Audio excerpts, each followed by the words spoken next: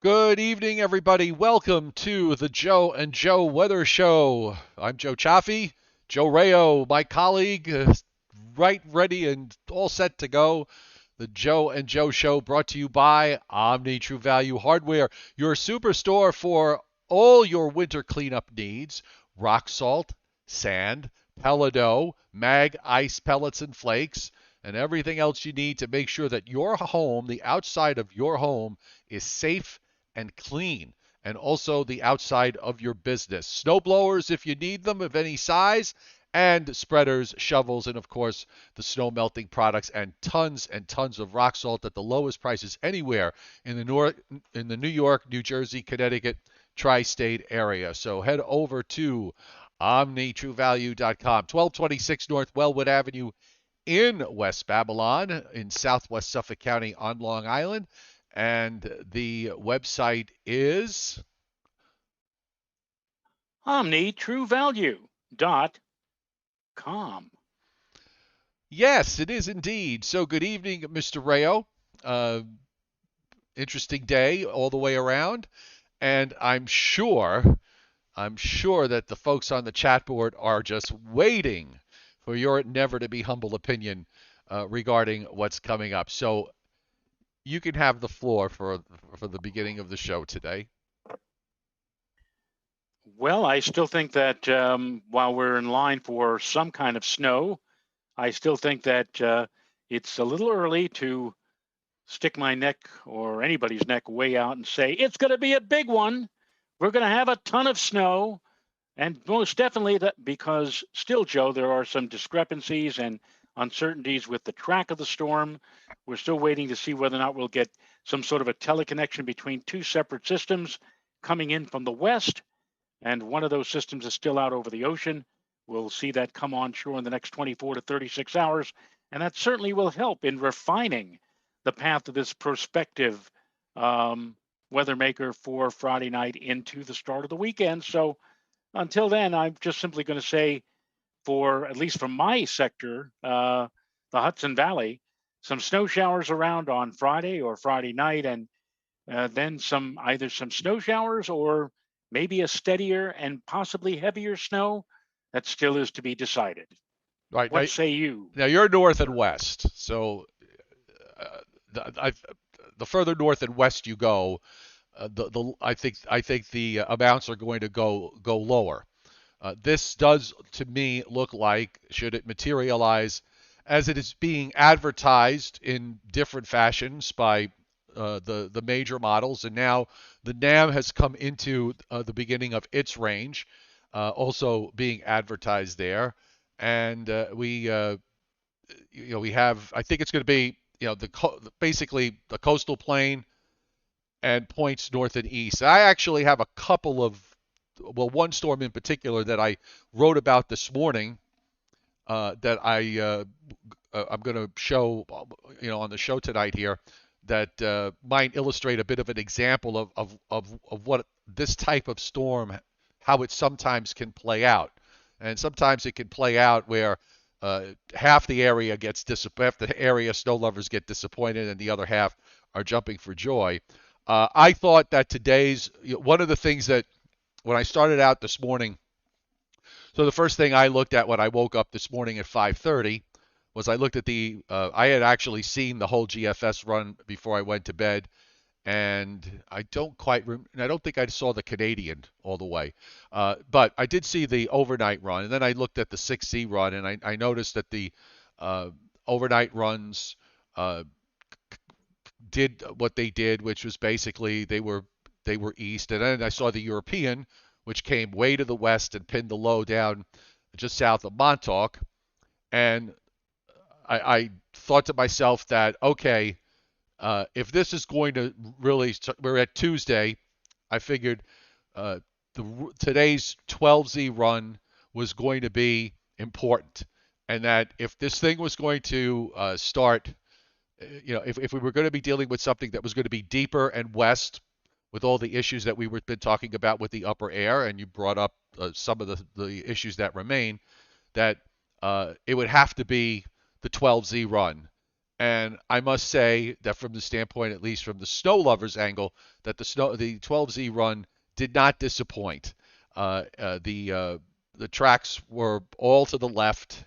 What I liked about it was the fact that the all three models have some sort of major storm. So you kind of know that when they're all doing it, it makes sense. And I don't think there's too much of an argument that there's going to be a big low that's going to run up the coast. Okay. I also like the fact that the models seem to be tightening up. Uh, the further east models are coming west. The models that were hanging on the west side of the envelope kind of edged a little bit, like the European may have edged a little bit further to the east, but they're all tightening up, and there's been a degree of consistency. So that and a number of other things with some of the other models that ran this afternoon when the 18Z GFS came out and was virtually the same as the 12Z. Maybe the precip shield actually might have been a shade further northwest. I took that as a win from the standpoint of, okay, it's consistent. It didn't really change anything. It's still there, and that's fine. The 18Z NAB today I thought was pretty interesting too, because it has a lot, it has a very expanded snow shield here that develops Friday night into early Saturday morning. And I will tell you, I just looked at the entire run of the 18Z European, which is consistent with its 12Z run, but it's also faster. It actually puts down, basically up to half a foot of snow on the ground in many areas by Saturday morning. It brings the precip in sooner. By Friday evening, it's got snow almost everywhere, and then it really just blossoms out Friday night and Saturday morning. It's got a deep low at 38 and about 71, and the upper low is getting ready to the trough is going negative, is getting ready to go negative and cutting off, and it looks like the cutoff might actually form down in the Carolinas or Southern Virginia, which I think may also, it's maybe another checkbox in the box for those of you who want to see snow out of this. But I'm a little more confident with what's going to happen.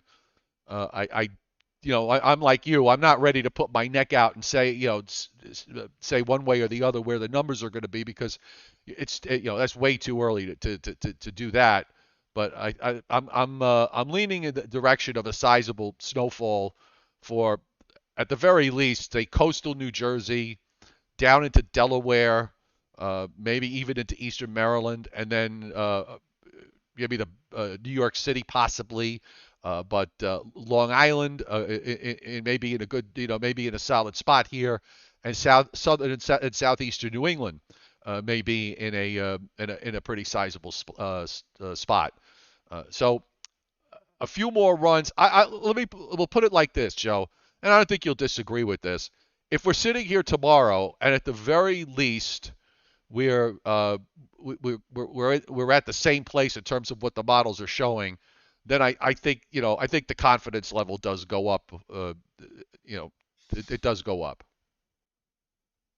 Oh, absolutely. Because by tomorrow evening, we will be within 72 hours of the first flakes falling, and certainly we will have a much better handle as to the track and as to the strength of this system. And certainly by Thursday, there should be no question. I mean, there'll be a lot of certainty or surety as to where this thing is going to go. So I just, some people just like to jump on the bandwagon and start banging the drums, days and days in advance. And I simply say that, and I'm sure that you'll agree, that it's too early to start talking about or showing maps or talking about specific numbers. It does look, as you said, Joe, that whoever's going to get this, it would be mostly the coastal plain, and places that are inland will see less. How much less? And also, the question is because high pressure, although centered, well to the east over north of the Gaspé Peninsula of Quebec, still will be extending an arm or ridge of colder air out to the west. And if it presses down enough, then we're going to have the situation of who's going to be in a sharp cutoff. Might it be that, for example, the lower Hudson Valley gets hit with a significant snowfall, but people like Tim Veltman up in Albany doesn't see much of anything. Right. It'll be that kind of a game, and all of Excuse that me. will be coming more into focus in the days to come. Excuse me. I took a swig of water, picked an opportune time to go down the wrong way. So you know what? Let's start. And the wrong way. Yes. Um, let's start with. I got WPC's. They updated their forecast this afternoon at noon. Now that tells me that they had not seen the day model cycle, or if they did, they took a quick peek at the GFS as it was coming out, and maybe enough of it came out that they said, okay, you know what, we can do a few things with regards to increasing probability. So they have a 30 to 50% chance now. And also, by the way, that means they didn't see the Canadian, they didn't see the European, they didn't see any of the afternoon guide stuff that came out. And the WPC folks have a 30 to 50% chance now from northeastern North Carolina, northeastern Virginia, eastern Virginia, southeastern and easternmost Maryland on the Delmarva Peninsula, Delaware, all of New Jersey except the Northwest, the Hudson Valley up to, kind of on an angle there that goes north of Poughkeepsie, but kind of short, an angle that goes up into the northwest corner of Connecticut, all of Connecticut, Rhode Island, most of Massachusetts, and so on. That is for the period from Friday into Saturday. Now, for Saturday into Sunday, the WPC folks also got more aggressive with this, and they went for a 30 to 50. You can see the 30 to 50% chance in Delaware, southern Delaware, down into the southern part of the Delmarva Peninsula, extending on the western side into extreme southeastern Pennsylvania, and then running up the entire Hudson Valley, all the up, using the Catskills maybe as the spine, the western edge of it, and a 50 to 70% chance for coastal New Jersey down to Ocean County to New York City, southern Westchester, all of Long Island, all of Connecticut, Rhode Island, Massachusetts, Vermont, southern Vermont. Let me just roll it down. Actually, southernmost Vermont, all of New Hampshire except the east where it's 70 to 90, eastern Mass 70 to 90, and just about all of Maine, a 70 to 90% chance. So their confidence level on this also going up with this particular storm. And by the way, if you get a chance, I'm just kind of curious if the GFSX, that long range GFSX MOS, if it printed out Right. any snow amounts for various cities. I would be just kind of curious if that guidance did anything on I could tell its you that. run. And it I might could not tell you have, that by for the way, White but go ahead. Plains. I could tell you that for White Plains, they had 8 for this system. Now all you have to do is just give me. Hang on for a second. Yeah, I'll give you Um, I'll give you a couple of cities to just point. give me a. Yeah. So Yeah. so Just give it to me. so let's pull up Philadelphia. Let's pull up Scranton. Why don't we pull up the ones that I have on the poll too? All right. I can Hartford. only do one at a time Oh here. no, I understand. So take your time. Hartford. I'll talk a little bit and then we can come back. So Hartford, Boston, New York City, Islip, and just for laughs, let's do Wilmington, Delaware, and D.C. Okay. You want me to Okay. run? Well, if you had Philadelphia Yes. in the list. Philadelphia, they give this is conditional snow amounts. This is what the machine is suggesting that we will see. 2 inches on Friday for Philadelphia, and then 8 inches for Saturday. Okay. That's the snow amounts that they're giving for Philly. Now you also had Wilmington, right? Delaware. Wilmington, Delaware. Wilmington, they have. Oh, wait a minute now. Am I confusing this with? No, I'm. ILG. Wilmington. Oh, ILG. See, I put ILM. That's Wilmington, North Carolina. No, we don't want Wilmington, North Carolina. All right. So Oh, ILG, same as Philly. actually, we might want Wilmington, North Carolina. We have a viewer that watch. We have a few viewers from that area that watch. Wilmington, Delaware, 2 inches on Friday, and 8 inches on Saturday. Who else again now? Let's look at Scranton.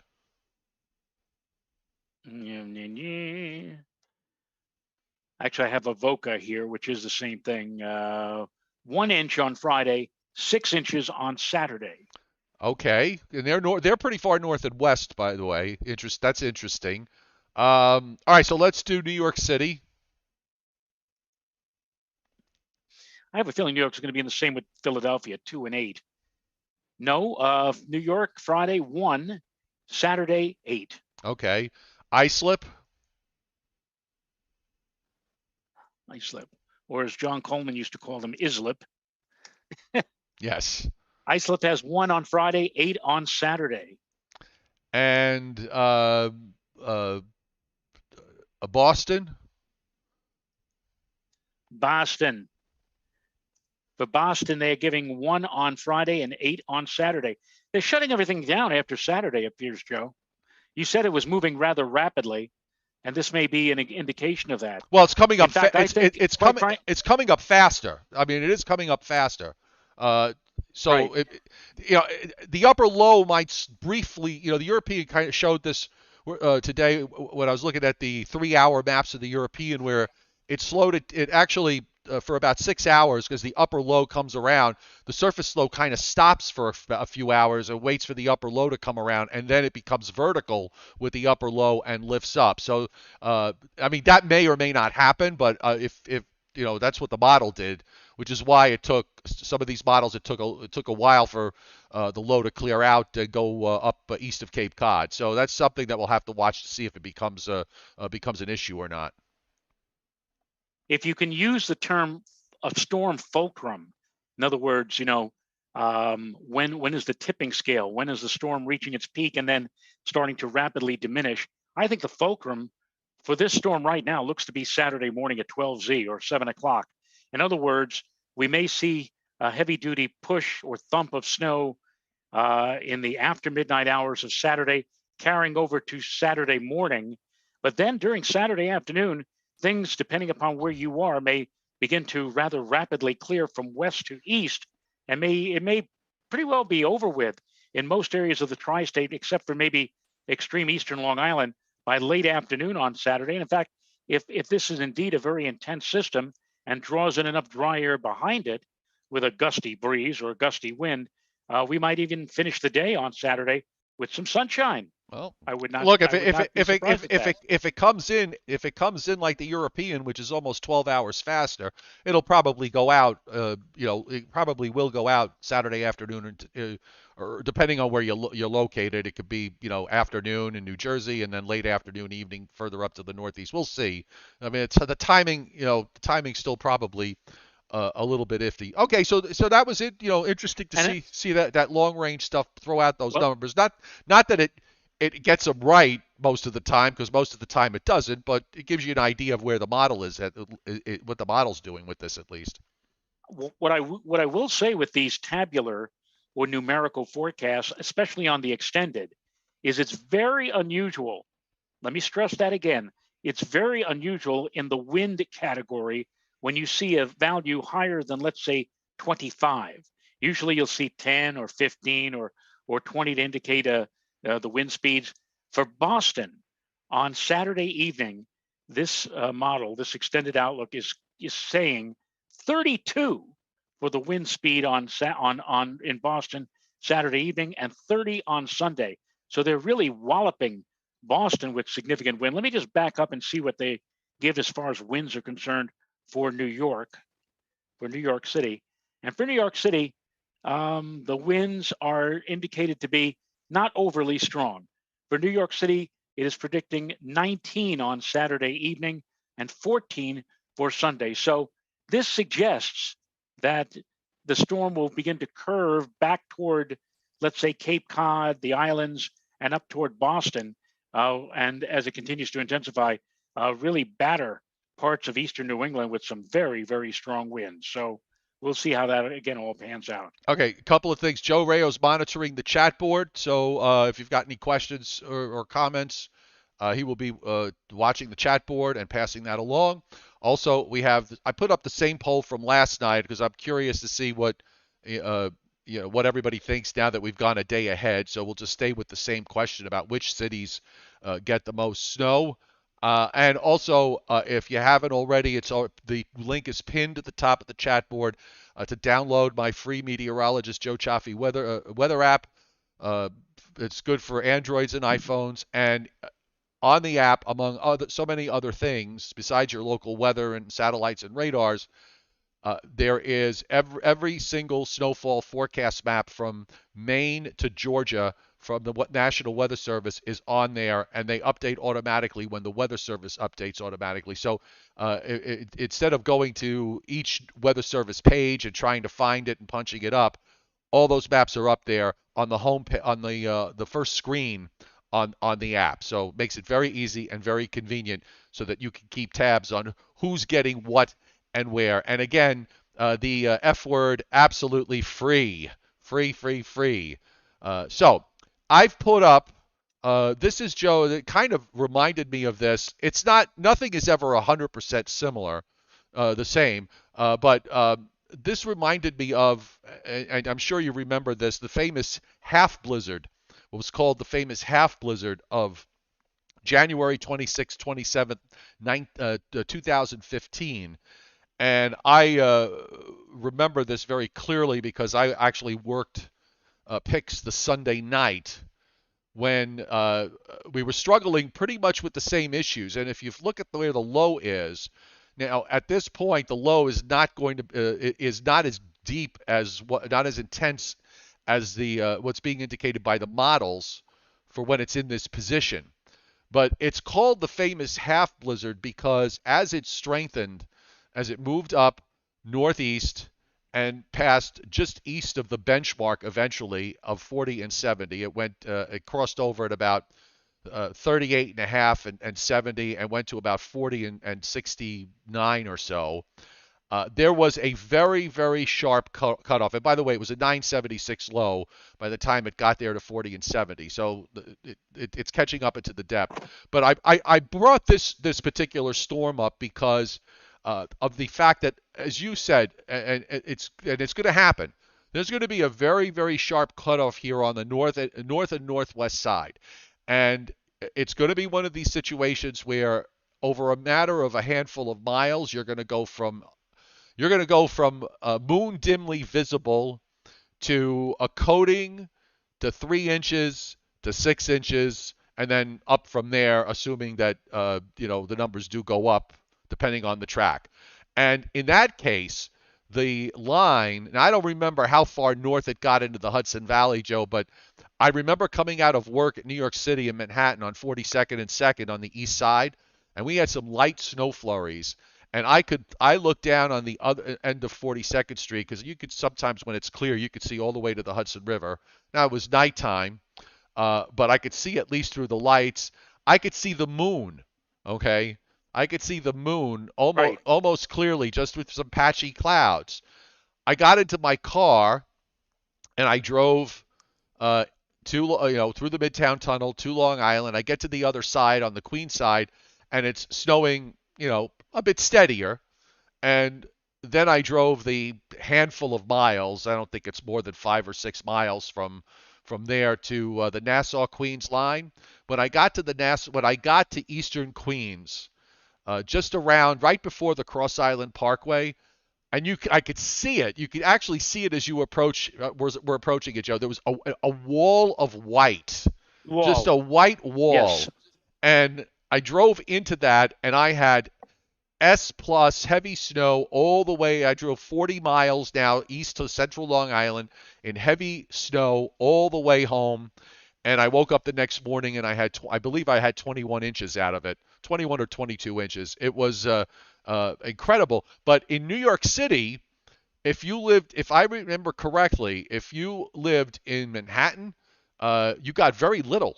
I mean, if there was maybe as little as a coating out of this. Eastern and northeastern Queens picked up anywhere from 8 to 12, and we're talking here, the distance from the west side of Manhattan to eastern Queens is what, 12 miles? If you get to Yeah, something like that. northeastern Queens, they wound up with anywhere from 8 to 12, and then of course you go on Long Island and points east and southeastern New England, in particular. There were I believe there were some 20 and 30-inch amounts that fell out of this particular storm. So uh, that I think something like that is going to happen. Now, whether the back edge is, initially I thought that maybe that sharp edge could cut New Jersey in half. I think that's still possible. Uh, Based on today's runs, maybe I'd want to move that sharp edge to the New Jersey Pennsylvania state line, or maybe a little bit further to the west than that. Again, this is just sort of early speculation. Who knows if the models, if they suddenly decide that it's not going to cut off, or maybe it's going to be a little more progressive and it's further east. Maybe that sharp line is at New York City, or it could even be a little bit further to the east. Right now, I don't know. I would tend to favor the more western solution based on what we saw today. And the other date I wanted to look at was, this was suggested by one of our viewers, actually one of my Patreon members, for January 29th. And I have to tell you, because um, the Well, two, first of all, let me just say with the storm that we just spoke about, again, please. January 27th, 2015. Before that storm struck, meteorologists, I remember this only because of a sad situation. One of my longest friends, a woman who I've known since the early 70s, her husband passed away, and so Renata and I went to the funeral. Now this was on a Monday, this storm, if I recall, and I went on a. I arrived at the funeral at the church on Sunday, and she had a look like, what are you doing here? Yeah. Because the all through that weekend, the mainstream media had made it sound like this was going to be the storm to end all storms, and for me to make an appearance the day before the storm of the century, she couldn't believe it. And I said, "Don't worry about it. It's all right. We're here for you. That's it." But before the blizzard struck, meteorologists had been anticipating that the impending storm would indeed be historic, record breaking snowfall accumulations in major metropolitan areas such as New York City of anywhere from 2 to 3 feet. This Yes. was the forecast for New York Yes. City, 2 to 3 feet of snow. However, as you just pointed out, Joe, the predictions fell significantly short of what was anticipated, mainly because of a shift of the storm track, which cut down on the amount of the snowfall. And in the aftermath, the citizens of New York, of course, always at the ready to criticized all of their local government officials for shutting the subway systems down and shutting the sanitation department down, and everything was shut down because this massive. I mean, after the storm had passed, a number of New York City residents criticized Governor Cuomo. That's your cue, Joe. We didn't have Criticized Governor Cuomo. we didn't close subways back in the 1800s for snowstorms because we didn't have It snowstorms. was. It wasn't. Get this now. It wasn't. Now, who was? Was De Blasio the mayor at that time? Yeah, he was. It was No, Mayor De no. Blasio, In not Bloomberg. 15, oh, was it In in 15? 2015? Yeah, it was Yeah, it was De Blasio. but it wasn't De Blasio who decided to shut the city subway system down. It was Andrew Cuomo's decision. You've got to shut the city system down. The MTA has to stop and has to see, all that sort of thing. And it never had been previously closed for any snowstorm. All the great snowstorms of the past, the blizzard of '96, the blizzard of '78, the blizzard of the Lindsay snowstorm that was unpredicted in '69. The buses, the trains, the subways all ran during those major storms. For this storm, Cuomo stepped in and said, "I'm shutting down the MTA." And and according to what I have here now, Joe, according to the data I have in front of me, in Central Park they had 9.8 inches. Oh, they did. Now Okay. it might very well be that on the west side they may have had, or up in the Bronx somewhere, it may have been significantly less. but the models were apparently 40 or 50 miles off. The storm failed to bring moisture back into New York City, and the massive amount of snow that you drove into never made it into the New York area. Maybe if we got the 2 to 3 feet that was predicted, and maybe if we did get the blizzard conditions that fell across Long Island, yeah, maybe it would have been worthwhile to shut Well, the subway system down, but it didn't. I stand corrected on that. The thing was, what they call it, the half blizzard, because for the New York television coverage area, which goes into northern, all the way back into northern New Jersey to the Pennsylvania state line, and then as far east as, say, eastern Connecticut and up to the Hudson Valley. So the folks in New Jersey, got very little or nothing. So and those people were Right. those people were upset, and then the people to the east got buried. Because once you went east of New York City, it was every bit of 1.5 to 2.5 feet. So yeah, that was. But again, that is one thing that's going to probably show up on this. So just bear that in mind. Now, Right. I could not bring up, apparently I tried to bring up the 2005 storm of January 29th. I'll try it again later. Something went wrong with the site when I was trying to load it, but I got the GFS up from yesterday when we were looking at these, the look of the upper trough, because remember, it's all about the upper air. Forget what the surface is doing for a moment, and forget the snow maps, by the way, because the silliness of putting these 35 and 40-inch bullseyes in spots are so just totally meaningless. And the odds of first of all, no one's in their right mind is going to come out and say a forecast that there could be every bit of 35 to 40 inches. You got to be out of your mind as a forecaster to do that. I don't care how strong a storm you have or how powerful it is. That just, don't do that. But you look at some of the snow maps, because they're really just reflecting what the model information is with regards to precip amounts and doing a 10-to-1 ratio. So if you have some renegade feedback that produces, say, 4 inches of liquid over a spot, and everybody else has only got maybe 1 to 2 inches of liquid, you're going to see, these ridiculous amounts show up, and they're meaningless. They're absolutely meaningless. And think about the fact of how many systems we look at through the course of a winter where we see these maps that put up these ridiculous amounts, and virtually all of them don't happen. It's like ivory soap. 99.44% pure was the old Right. commercial. It's kind of like Yes. that statistic. 99.5% of the time, it doesn't happen. So let's look at the upper trough. Remember, the issue is the structure of the upper trough, the strength of the upper trough, and this was from yesterday when we had this sort of broad upper trough on the GFS kind of swing to the east, and we talked about the fact that it would sharpen up after it got too close to the coast, and then it would go negative. And this would be the point that the storm would, as it starts to go negative, the storm begins to explode. The surface low with a trough like this that you're seeing on the screen right now for Saturday afternoon, the surface low would already be up close to Cape Cod or southeast of Cape Cod by a fair distance and blowing up and intensifying. And that doesn't do places like Long Island, southern New England, New Jersey, eastern Pennsylvania, down into Maryland and Delaware. That's no good for those areas as far as a snowstorm is concerned. So this was what we were Let me just before you continue, and I'll just make myself short. On the chat board, Tom Contino is asking, Joe, why do some weather people put up maps sooner than others? Is there any examples of them getting it wrong? Tom, the only reason why some TV weathercasters put up maps well in advance is for one word and one word only: ratings. They have an executive producer or a news director who tells them, look, we have to get the people glued into our station. Please, if you can, mention the impending storm, mention the potential of what may hit.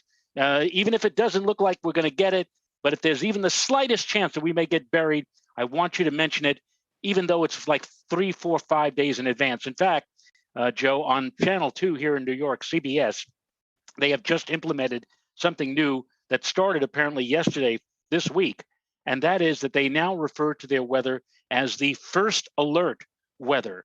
And now, when we have a scenario like we had, like yesterday, Lonnie Quinn for Saturday had the Saturday box in yellow. It was a yellow alert. And tonight, Now, I said last night when he did that, I said to Renata, I said, well, if that be the case, then the obvious progression would be that on Tuesday night, tonight, he'll have to issue an orange alert. And then on Wednesday, when he feels most confident, he'll issue a red. No, he went straight for the red alert now. So Oh, here it is. The storm isn't going to get to us until Friday night, Saturday. And yet on Tuesday, Lonnie had Saturday completely in red, the Saturday box in the 7-day outlook. Red alert, red alert, red alert. God. and he's talking about the fact that some models, like the European has the storm hitting the sweet spot, folks, hitting the sweet spot. And I said, yeah, if that's what it's doing tonight. But what is it going to be doing tomorrow or Thursday? Now, may still on Thursday, if it's still hitting the sweet spot on Thursday, yeah, it looks like we could get. But as we just pointed out here, folks, I mean, you could be right up against the storm the day before and screaming 2 to 3 feet, and all of a sudden the storm takes a little jog to the west or to the east, and things change. I mean, so that's the reason, Tom. The reason is ratings. They want to draw as many eyes as possible to their particular newscast. That is the reason why some weather people, not all, but some, will put up maps or start ballyhooing storms sooner than others. All right, back to And you. everybody knows, I've said it, just to repeat it in terms of my own personal policy, early calls go up 72 hours before the start time, which for me right now is probably going, if we wind up seeing snow starting as early as Friday evening, I'll probably do an early call tomorrow night. So that's since we don't have the start time actually worked out yet. Once we have that figured out, but I'll probably have an early call up tomorrow or tomorrow evening, and then we'll go to a final call probably early Friday morning or maybe even late Thursday night if I feel confident enough. Now, I drew over this is back to yesterday's run, just to show you the broadness of the trough and compared to what we have on the latest 2 runs of the GFS, because the overnights were also showing a broad trough. Now, look at the difference.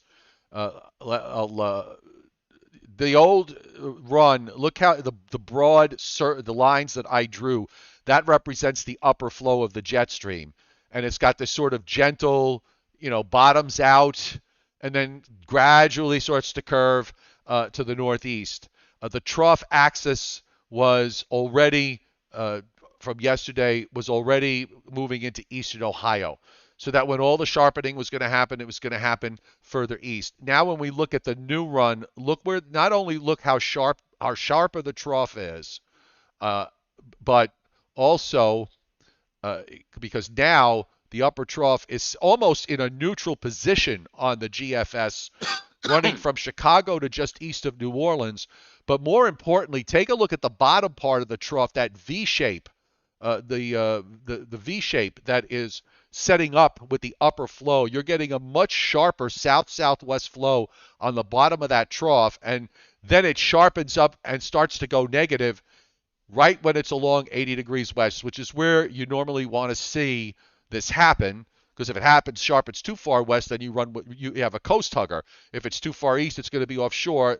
Right along 80 is an almost perfect position for the coastal northeast, and then the system lifts up and a cutoff forms somewhere in coastal Virginia and runs up to just southeast of Nantucket. Now, if we follow the rule of the upper low, that would say that the heaviest snows, if we get an upper low that forms, uh, in just near the Virginia coast, for example, and goes over to Cape Cod, you're going to have your heavy snows running north and west by anywhere from 40 to 100 miles north and west of the surface low, of the upper low track. That's where your heaviest snow is going to fall. And I just drew a circle around the area that you would consider at risk, perhaps, for the heaviest snow. Pretty much how WPC has it in terms of their probability. And I will say that the GFS,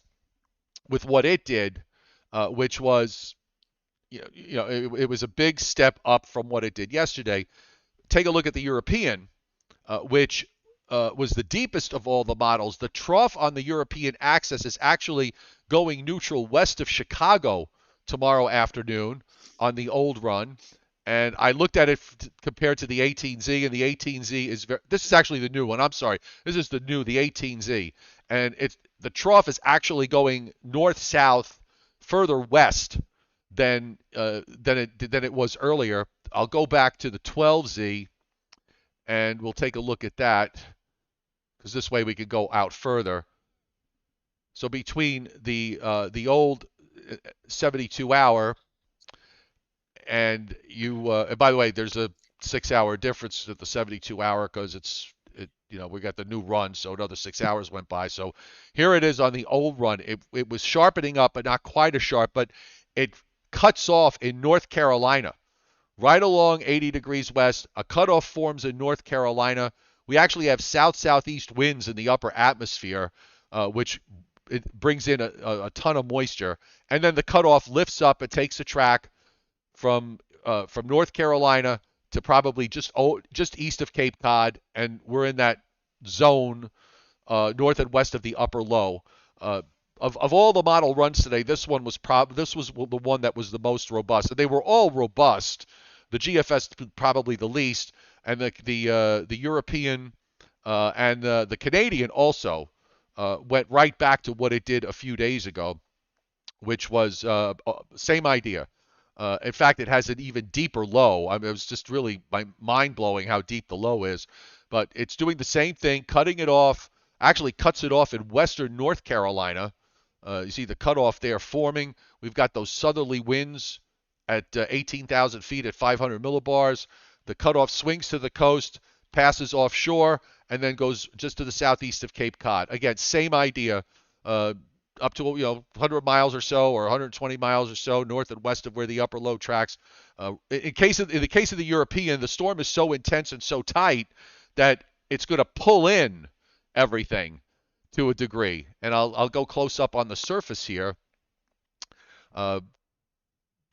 This is another way to look at the upper air. You can see that how wrapped up it is, how that upper low is wrapped up, and the jet is wrapped up all the way around.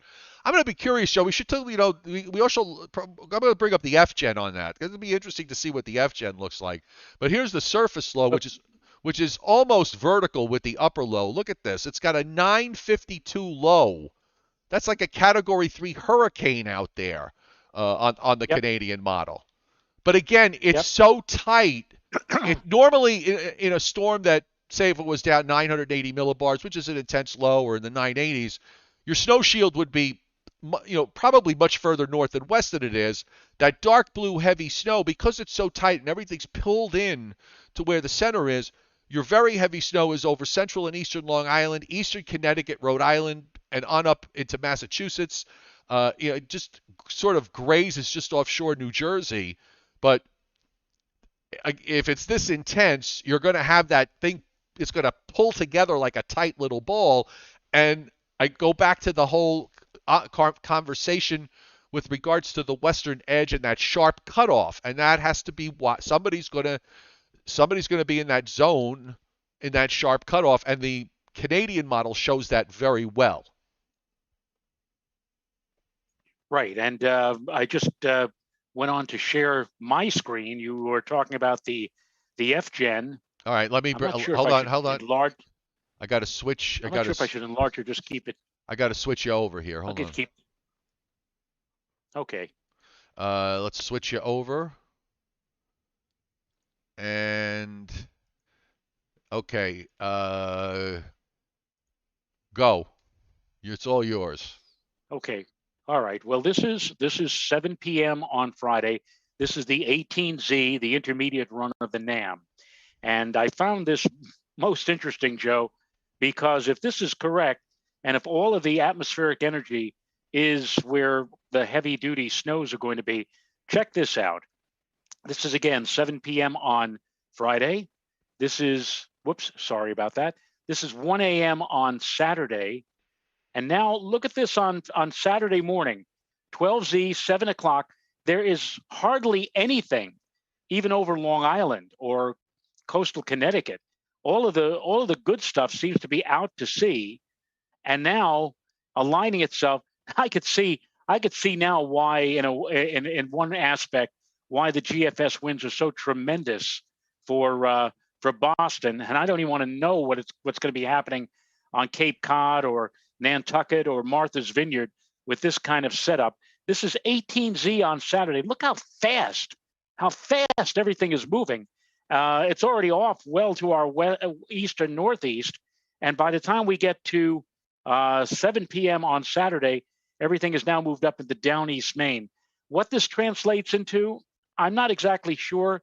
It sort of doesn't seem to align itself with the area of QP, quantitative precipitation.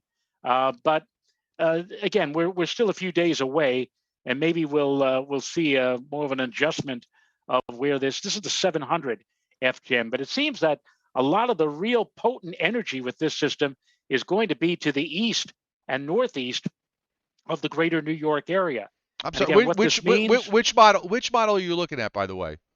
this is the GFS Okay, 18 hour, which 18 makes Z. sense because the GFS gave the gave the lowest amounts of all the although it was double from what it was on the previous run. Just to be clear, I mean we're looking, that has the GFS has the furthest east track, so you would expect that the FGen would be further to the east. I'd be curious, This is the 12. yeah, I'd be This is curious, Joe, if you looked 12Z. at.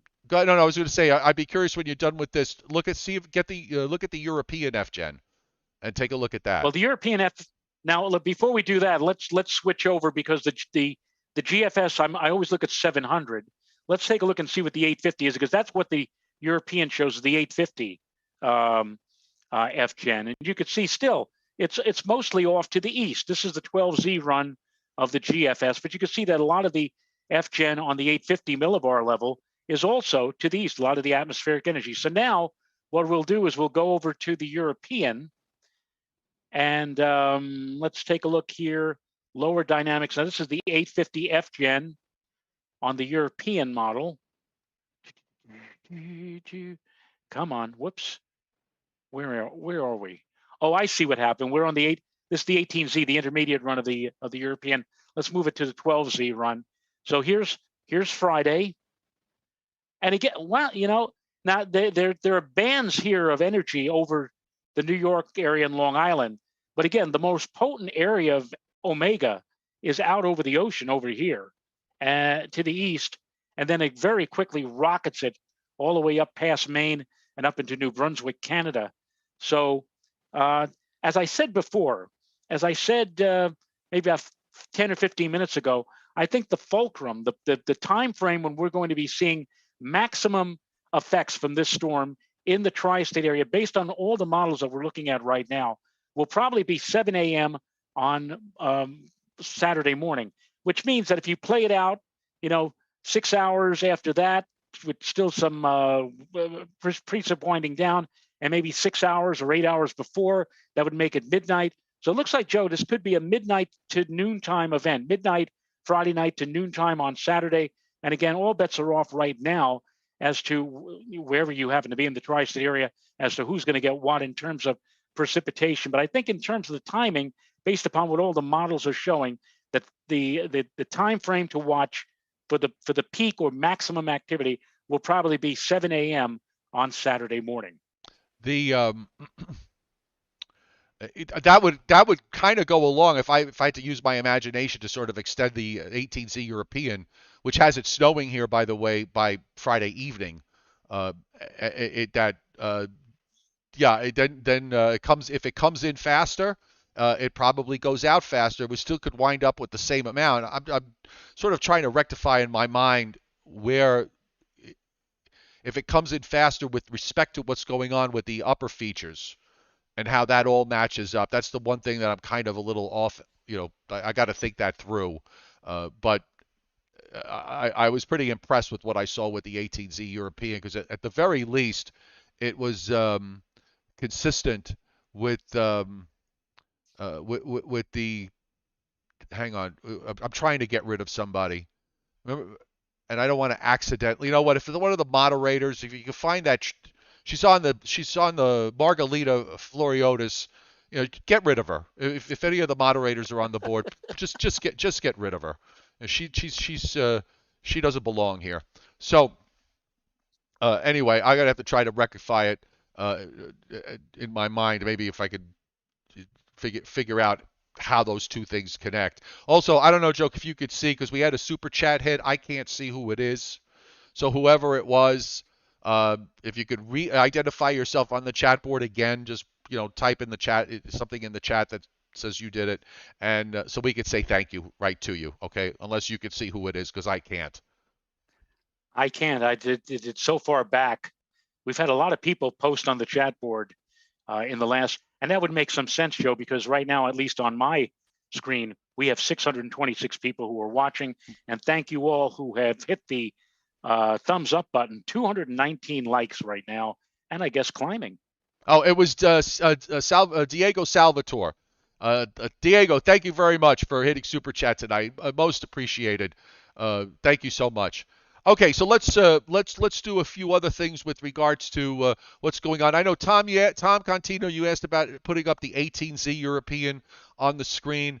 I've written to Pivotal a couple of times about being able to do that. They haven't said I could, even though I have a paid subscription. I usually don't like to share stuff that I don't have at least that I don't have permission from them someone to share it. Tropical tidbits, I do, and and that's fine, and a few others I can also, but I really like to have their okay before I do it because it's then if you do it and then they see it, then they send you a nasty email telling you not to do it.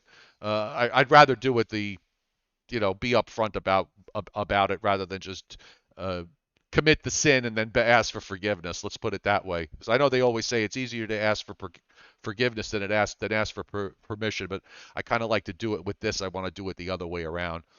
All right, so let's go By the way, to. Joe, I don't know if you want to reveal who this will be, but I just saw the email from him who says, yes, he accepts your invitation for tomorrow night. Oh, great. Hold on. So that reminds me. So tomorrow night, we're going to be a foursome tomorrow night.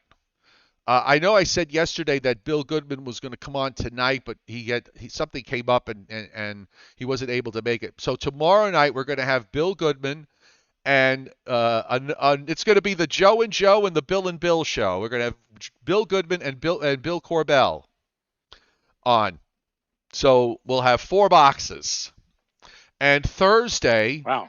Thursday we're going to have retired meteorologist from National Weather Service Mount Holly, our Tony Gigi will be joining us. I was trying to get all 5 of them to go on the same day, but that wasn't going to happen. So Bill couldn't make it. Bill Goodman couldn't make it Thursday. So we got tomorrow. We'll have Bill Goodman and Bill Corbell, and then we're going to have Tony Gigi for Thursday. So that'll be great. We'll get a different perspective in terms of or third perspective in terms of what is going on. So let's look at the NAM. And by the way, the NAM matches up. I don't know if you saw the 18Z NAM, but the NAM matches up. I Joe, did. you did. Okay, good.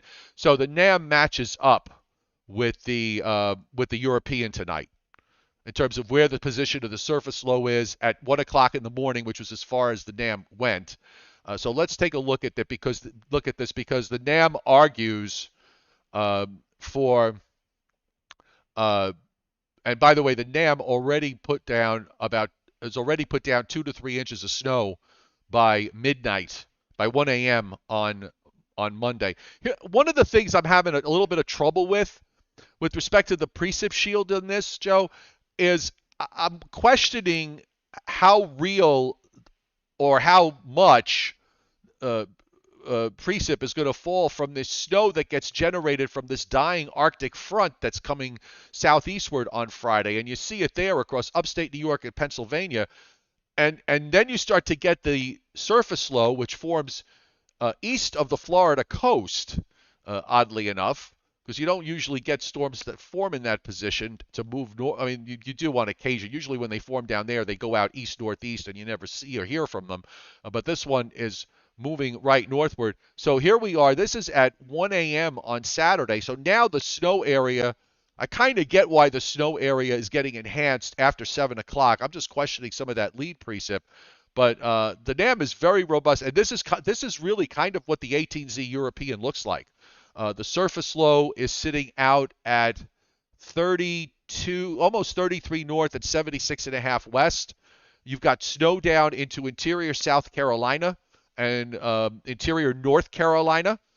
Most of Virginia, except for the southwest, a few patches there in the mountains. Little finger there goes right down into my county in northern Georgia, so maybe I'll see some snow here Friday night. And then you got the dark blue snow in eastern Virginia on up into Delaware and eastern Maryland. And by the way, that actually, in a lot of ways, makes sense when you think about it because that's been the jackpot zone this winter so far. So why would this be? Even though this storm is coming up a bit differently, why wouldn't that area wind up getting a good amount of snow?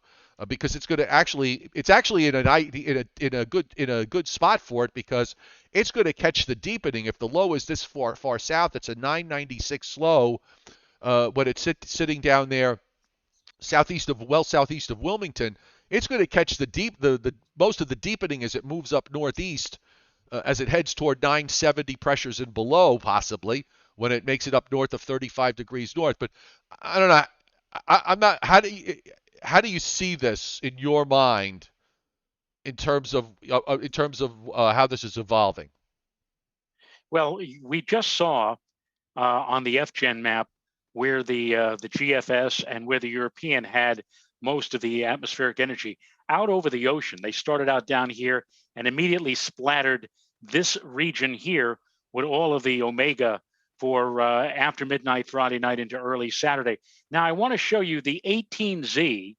Uh, This is the 18Z NAM, okay, and hang if you on. give me control of the I got give me control here. control. You got. I just have to put the screen up. So hang on. Okay. Almost there. Hang on a second, Joe. Okay. And it is all yours. Okay, now you can see you're going to see the difference here between what the NAM is already projecting versus the GFS and the European, which again had the energy, the omega coming up and then going straight out like this. Now, this is for 1 o'clock in the afternoon on Friday on the 18Z NAM. This is 4 o'clock p.m. on Friday afternoon, 18Z NAM. Here is the 7 o'clock. And you can see already they have a little bit of energy creeping into central Jersey, Philadelphia, New York, which may set off perhaps some snow shower activity. But let me move it forward here. This is the 78 hour that goes out as far as 84 hours, which would take us to 1 a.m. on Sunday morning. And look at that, Joe. Look at all of that atmospheric energy that is just a stone's throw to the south. Now, even if it progresses this way, some of this is going to have to get into the New York metropolitan area, and that Right. could be really quite a bit of activity. And the executive producer just passed along to me. Thank you very much to Shelly Man Studios, to Andy Piazza, to Frank Karajat, and Janet Dunn, our old friend Janet Dunn. And I did a library talk for Janet's library. All four hitting super chats in the last 5 minutes. That. Thank you very, very Thank you, much to all all of of you. you. And by the way, I'm going to probably do a Zoom with Patreon members either tomorrow or Thursday. So my Patreon members that are watching, uh, that's my paid subscription site, $2 a month. Shameless self promotion. But what the hey. But if you're one of the Patreon, one of my members on Patreon, I'm going to try to do a Zoom after the show uh, with the guests, and you could have your own sort of private session and throw questions. I'll have to ask them to see if they can hang around for a little while longer. But just watch for the post tomorrow. I'll put it up on Patreon with a Zoom link after the show is over, or I'll try to get a second link up there if I can. I think I'll have to pre-schedule it. I can get a second link. I'll put it up there, and you'll have it ahead of time. So just a heads up on that. If this matches up with the European, which the European produced, quite a bit of precip there right along the immediate coastal plain. It had a left enough track but more importantly, it's at the upper features here again, which are going to drive all this. If we take a look at the upper trough on the NAM is just this north-south neutral tilt trough here at 84 hours is left of 80, getting ready to go negative, and probably going to cut off. And ultimately, by the way, it's the formation of that cutoff low that really put this whole thing in play with regards to whether it's going to become something bigger than what we were seeing perhaps days ago. And we're still, this is where we got to watch, folks, because it's all fine and dandy that it's doing this now. There could be something upstream that the models aren't seeing, or perhaps they're seeing it, but they're showing it weak, and maybe it turns out to be stronger. That could delay this or flatten it out some and change the perspective. So none of this is locked in stone by any means. But the fact that we're here at Tuesday and we're talking about something Friday night and Saturday, we're not 108, we're not 150 hours away now. This is the 84 hours, so we are getting closer and closer. The errors in the models should be, in theory, should continue to get smaller and smaller. The storms should be tightening up in terms of their positioning. The precip shield should be tightening up in their positioning as well. So the next couple of runs of the GFS and the NAM and the European and the Canadian are going to be very, very telling as far as where this is going to go. Now, I know a number of you, by the way, are fans of the ensembles. I am not a fan of the ensembles for a number of reasons. The most basic reason is that when you take an average of 20 members or 22 members, you're going to wind up with average results. And I don't care for it. I just don't. And when you look at the ensembles, all there's a number of most of the members are in the box, what we call the box, and the box is an area that runs right from 35 north on east right to about 70 west. So any storms inside that box, depending on other things going on in the atmosphere, tend to be where the coastal plain winds up getting substantial snows. And you'll notice that there are quite a few members, I would say well more than half the members are in the southeast end of that box. This is for Saturday afternoon at 1 o'clock in the afternoon. And then, of course, after that, they start to move to the northeast. So you got also a lot of members that support the idea that it comes in faster and goes out faster. So I put up the ensembles because I know a lot of folks that are into weather tend to look at them. As I said, for me, I'm not a big fan. I think the storm from now 2 weeks ago was one where the ensembles were a big fail because the ensembles wound up showing the storm that went up the east side of the Appalachians, actually showing it offshore up until the last minute, and then they suddenly pulled it over to the east. So I would much rather at this point, where we are in the short range, to focus on the operationals and not so much on the ensembles. The icon model, which is one we don't bring up very often, Joe, so I thought I'd bring this up. And this was pretty interesting to me because the icon was way out to the east. And even the icon model now brings snow to the Jersey-Pennsylvania state line. And it looks like it's very similar to what it had on the 18Z run. So even the icon has finally decided to jump on the bandwagon to a limited extent. I'm sorry, I just realized I didn't have those maps up. But when you're switching and doing audio and doing everything, a whole bunch of things at the same time, it sometimes slips my mind. But yeah, I'll put up the icon here for you. And there you go. Meanwhile, Dan Coffey now has just hit the chat, not the chat board, the super chat board. I've got so many papers in front of me here. I'm wading through all of them. Alec Gray mentions in Rhode Island that He's wondering about thunder snow. And the thing is that if we're talking about an intensifying a storm wrapping up and intensifying as rapidly as this, certainly there is most definitely the possibility that you may, the benchmark of an intensifying storm would be lightning and thunder. And so it would not be out of the question that we could see some of that in some place during the day on Saturday. So that's another aspect, because obviously if you end up underneath a cell of lightning and thunder, that means that the snow is going to come down especially or particularly hard for a short interval of time. So and that again with storms like this, Joe, banding, where are the heavy snow bands going to set up? That's That like the is great that is white another that whale. is another issue. Banding's always an issue in big storms, assuming that we get the kind of depth that we see. That's another short range accumulation issue that you have. Right. Is when these storms get so intense, you get these bands of 20 miles or so wide. So if you're inside the band, you get clobbered. If you're outside the band, you get snow, but you probably get half as much as what you would get if you were inside the band itself. Lindy Lou is asking, will this be a heavy, wet snow? Most definitely not. In fact, I went for high temperatures during the day Saturday here in the Hudson Valley, somewhere in the lower 20s. And if we have only low 20s to work with, that snow is not going to be heavy and wet.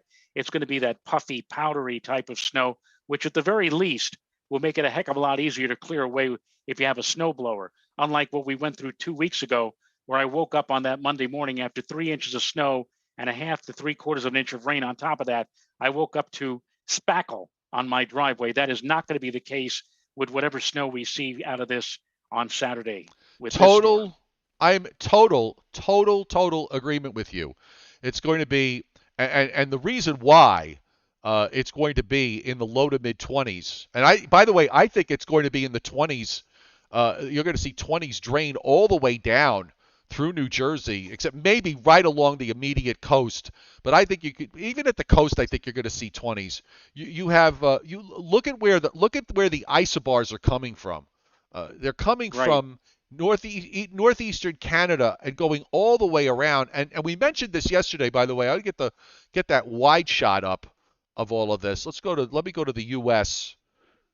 Because when you look at the structure of this whole storm, in terms of its circulation, I mean, you've got isobars here. I've got the Canadian up, which has got it. It's a little tighter, but even the Canadian here, this very intense, tight storm that it has, from the circulation goes from New Brunswick all the way down. Follow the flow. I mean, cold air is draining down all the way into Florida. You've got the 540 thickness to Jacksonville, which is usually where the rain snow line is. Now, they're not going to have any precip there, but you have very cold air is going to be draining all the way down into the south. So what's the temperatures are going to will be going down. So even if you get an instance, for example, if this winds up, let's say if this is tucked in further west, where for example on the Nam actually had, the green rain looked like it was just offshore. That would be just at the beginning. And if you wound up where it was far enough west where it would start as rain, that rain would probably last all of about an hour at most. And then once the wind went around to northeast or northeast, you'll see the cold air would just completely collapse. As the cold air would completely collapse southeastward into where the low center is, and you'll see those temperatures fall. So yeah, I'm with you on this. This is going to be in the 20s. That's going to that puts again another short range question if we have to deal with it. And I still trying to use the word if here because nothing is set in stone, and we still haven't really made it kind of an official forecast of what the outcomes are going to be. We're still talking in theory, but you've talked about temperatures in the let's say if it's in the low and mid 20s in areas that are getting heavier snows, your ratios might be 13 to 1, 14 to 1 compared to the liquid. In other words, instead of getting 10 inches of snow for an inch of liquid, you might get 13 or 14 in terms of the ratio anyway. So that's going to play. I think that's going to be a factor in snow amounts. But to repeat, that is something that you look at you talk about when you start to make your forecast numbers. I wanted to just bring that go back to that whole idea of the temperatures in the 20s, Joe. I'm trying to get the thermodynamics. I just want to see what the GFS has here, because they got the 2 meter temperatures, and you'll notice, for example, so here we are at Friday afternoon. The first blue line. This is Friday afternoon at 1 o'clock. The first blue line is the 30-degree line. So it runs from about Bedford, Mass, to New Haven, to Islip, Sandy Hook, Trenton, Harrisburg, Hagerstown, or just to the south of Hagerstown down into West Virginia. By Friday night, that blue line is starting to sink southward in southern New Jersey. And notice that 30-degree line now, Friday night at 1 o'clock, is on the GFS, South Shore of Long Island, coastal New Jersey. The 25-degree line is the South Shore of Connecticut to New York City to Philadelphia to Wilmington, Delaware, Washington, D.C., Baltimore, south and west. The 20-degree, this is by Saturday morning, Joe, the GFS has the 20-degree line down to White Plains and Right. Trenton. And then it kind of sits there all day long. This makes complete sense to Yep. me.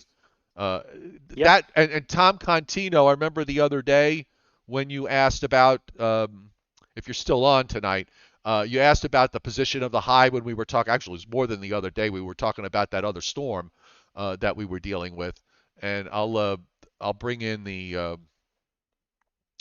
I got the Atlantic view here. I'm going to bring up the surface on the Atlantic view. By the way, this map that I'm bringing up only shows precip. It doesn't show whether it's rain or snow. But there's the difference, okay, right there. I'll zoom in so you can see this a bit better.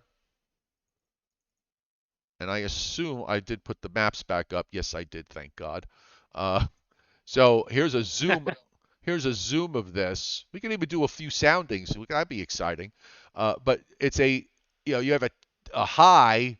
Look where the high is. Now remember the high went out at Cape Cod and went out to the east, and and that was the bad high position. We talked about the bad high position.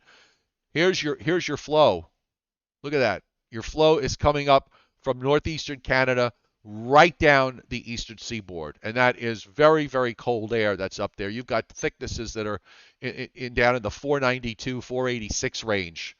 So we're talking about double-digit below zero type of temperatures. That's the kind of cold air that is bleeding southward. And the Canadian, by the way, would have an even colder profile because it has a deeper low, so it's pulling down even more cold air. So there's your difference here. That high going into that position is crucial to how this whole system winds up playing out. And with these kind of temperatures, I played conservative. I openly admit, people start screaming at me and I say something like this, but assuming low 20s, I'm going at least 15-to-1 ratio, and it might actually be higher than that.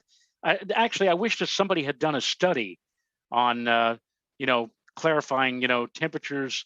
But it's a difficult thing to do because it's not just surface temperature; it's also temperatures that are aloft, which would go into just how puffy or just what the ratio finally ends up.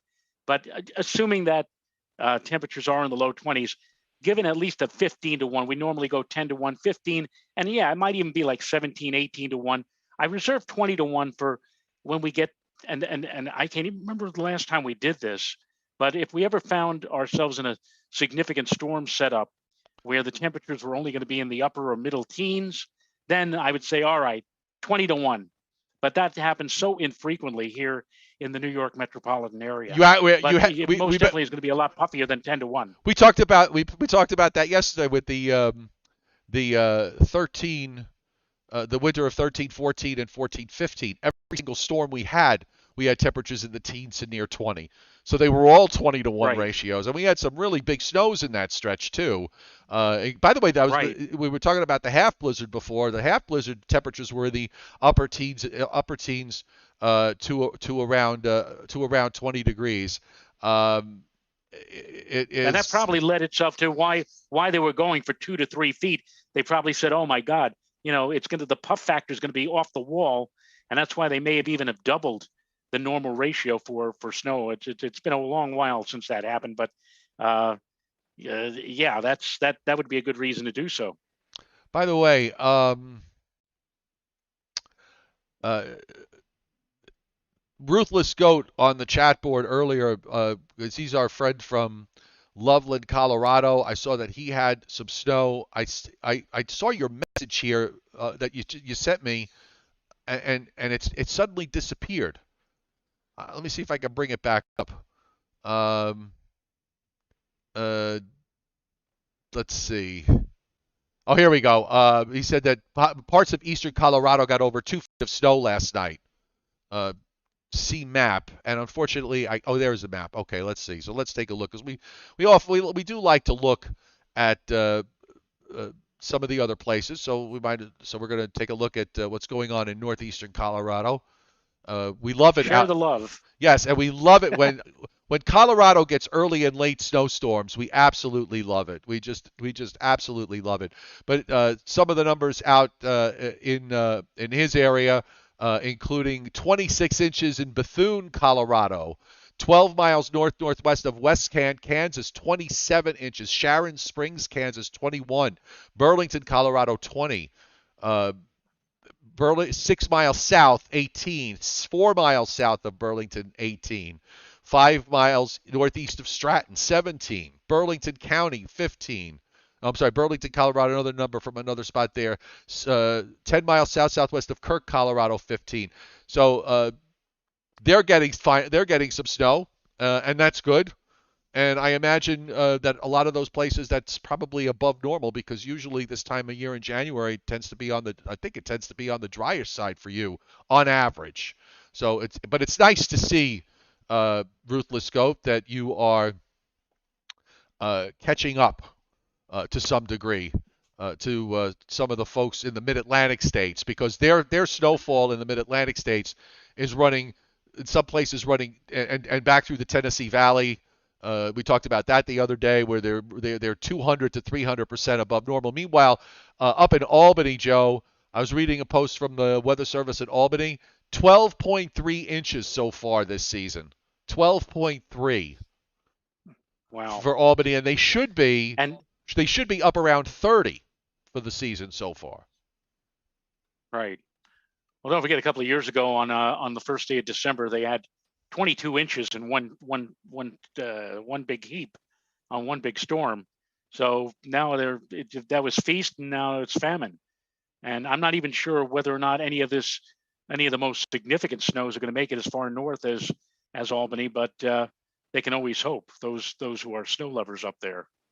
And the chairman hit super chats, and he and a couple of other people are asking, do you guys think that this storm is going to change the long range temperature profile? Well, we've been alluding to the fact that we're going to see a warming trend once we get into February, and maybe, just maybe, you need a storm like this in order to change the pattern for at least a little while. It certainly looks like we may be warming up to above normal levels for a while, for more than just a day or two. Today was lovely. We were close to 40 again, but we'll see more of those kind of days, I think, in the aftermath of this storm, beginning sometime next week. Do you agree, Joe? I do, to an extent. I've been trying to keep my eyes on that fabulous 10 millibar map to look at the stratosphere, and I'm going to bring that up right now, because I thought the long range overall was not how I would use the word. Let's use the word terrible. Okay, for snow lovers and cold weather lovers as a whole, I think what we're going to have is this sort of.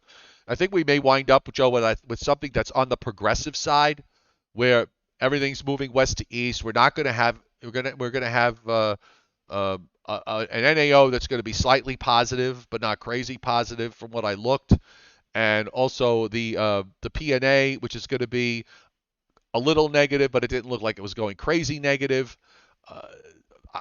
I still think, and I said this yesterday. I've actually said it a few times. I still think it's the type of pattern where if you get something that times correctly in terms of because there's going to be cold highs that are going to be moving across southern Canada. The problem is they're going to keep on moving.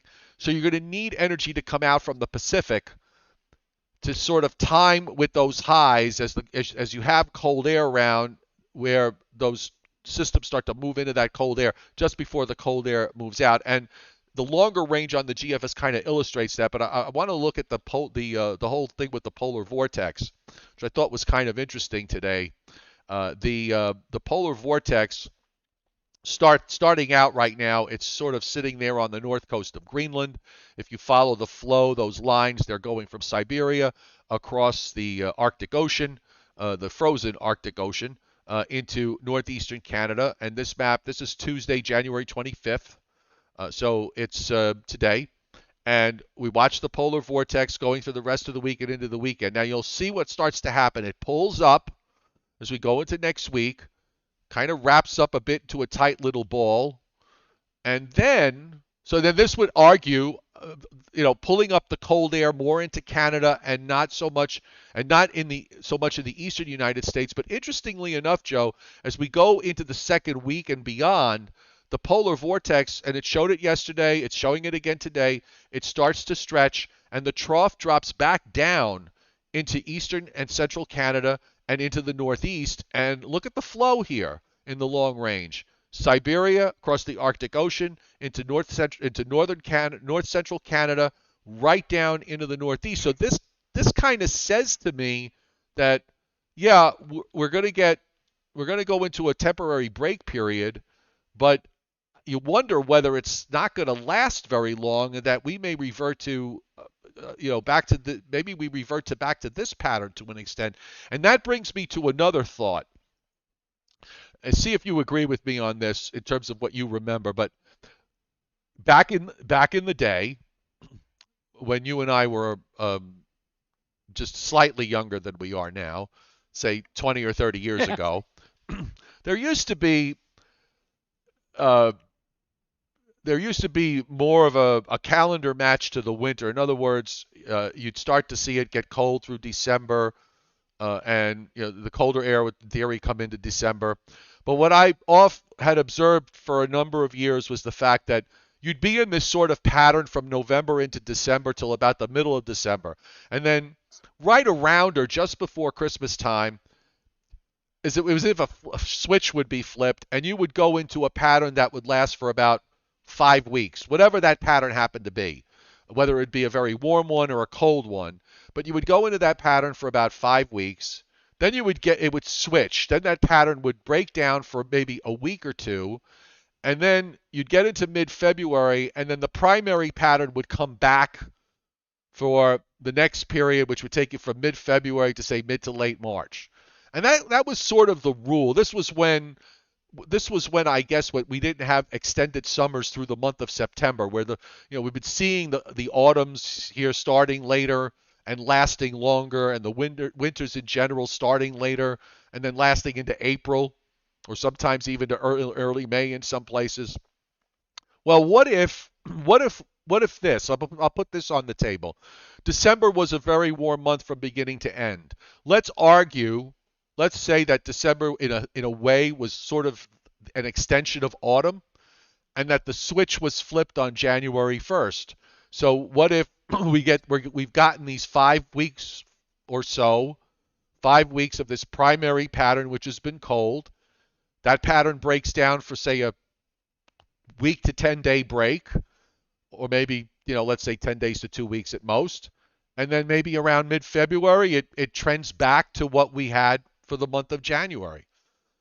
If you look at the polar vortex, if you look at when we look at the 10 millibar, if that verifies, that kind of argues for that. I would go along with that. I think we're going to be seeing may I use the term winter mission, or maybe I could use the term winterlude for the early part of February, before we see a change back to colder weather again later on in the month. But I think most definitely, Joe, this storm, whatever we get out of it, will be the pattern changer, the thing that will flip things for a short time from what we have been accustomed to seeing all these outbreaks of very cold weather once we get past this weekend, and we'll see that beginning sometime early next week, maybe on Groundhog Day. Groundhog Day is Wednesday of next week. I don't know what Puxatony Phil claims that he's going to be able to see, his shadow or not, but I think that we will see at least a bit of a warm up for a short while in the days after February 2nd. But again, I would agree with you that there is the possibility that we could see a flip back to colder weather during the second half of February. By the way, Timothy Veltman, you know I love you. You keep me honest. Thank God for Timothy Veltman, because every time when I have a technical error going on on one of my on my subscription site, and I had two of them yesterday. I made the same error twice with posting some stuff. He catches them for me, and he catches them almost right away, so I'm able to detect them. Thank you, sir, for doing that. And I've got a couple of super chat hits here that I'm able to see. Leon Probitsky hitting super chat. Thank you very much. Sean, I hope I hope I pronounced that correctly. I apologize if I didn't. Thank you for the kind words. Amazing job to both Joes. Thank you so much, and thank you for hitting the super chat tip jar. And then there's one more. Let me see if I can find it. It was the chairman. Oh, the chairman. No, I think the chairman, Scott yes. Briller. Yes. And by the way, my other thing with regards to this particular storm, depending on how it comes out, is going to definitely have a hand in how the next 2 weeks play. So I think if we wind up seeing a stronger storm further west that goes up into eastern Canada, I think that's going to have an impact on what the longer range is showing. And by the way, I'm going to go back to the maps because I want to show what the long range did on the most recent run. Now I got one other here. Frank Karajat. Again, I apologize if I said that incorrectly. He says the only two in weather I trust. Thank you for hitting the super chat tip jar tonight. Most appreciated. Thank you. And now my chat board. Oh, now I got the chat board. Let's look at the poll and see what the pollsters have told us tonight. Those who have voted. Decidedly different, Joe. Now, this doesn't mean that any of the other cities won't get a lot of snow. It just means who gets the most. Okay? And Boston tonight is at 51%.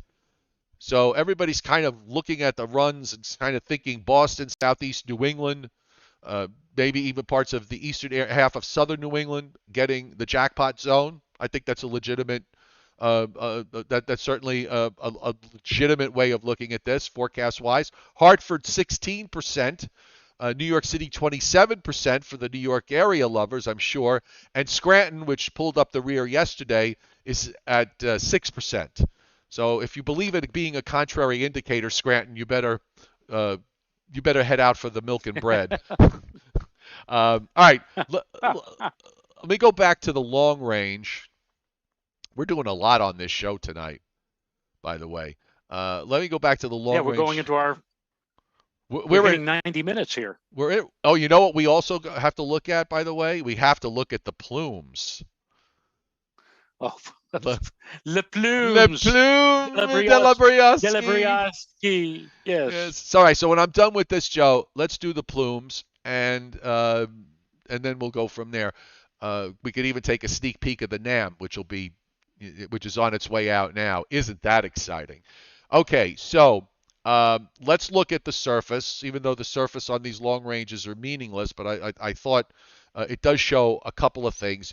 What you could wind up seeing in a pattern like this that we're going into, or in theory going into, because again, this storm could wind up changing things if it's deeper, and if it's as deep as it is and it winds up being further to the left, then it goes up into eastern Canada and just changes the profile up there around Hudson Bay. So looking across the United States, we're going to be cold behind this. And then you'll notice that the next high, which is early next week, moves off the eastern seaboard. And then we warm up with southwest winds because the next low, with the trough now in the west and we've got ridge in the east, we've got a low that runs to the western lake. So guess what?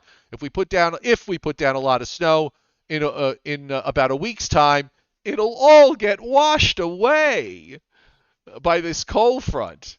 And then it turns colder behind it, but not the kind of cold that we've been seeing, because the next high goes by to the north. The coldest air will go across the Great Lakes, upstate New York, and northern New England.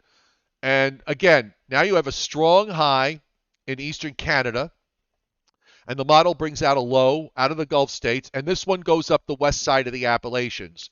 But at least initially, again, if this even verifies, and I can guarantee you on the next run it's going to be different, but this is a way that you could wind up seeing something in terms of wintry precip. So here we have a very cold high that temporarily is damming down the east side of the Appalachians. So this is one of those front end thump type setups with a low that goes up the west side of the Appalachians. You start as snow, maybe you put down several inches or more, and then you go to sleet and freezing rain, which is what the model does with this, and then it changes over to rain before it ends and the low goes out. So that's one way you could get it.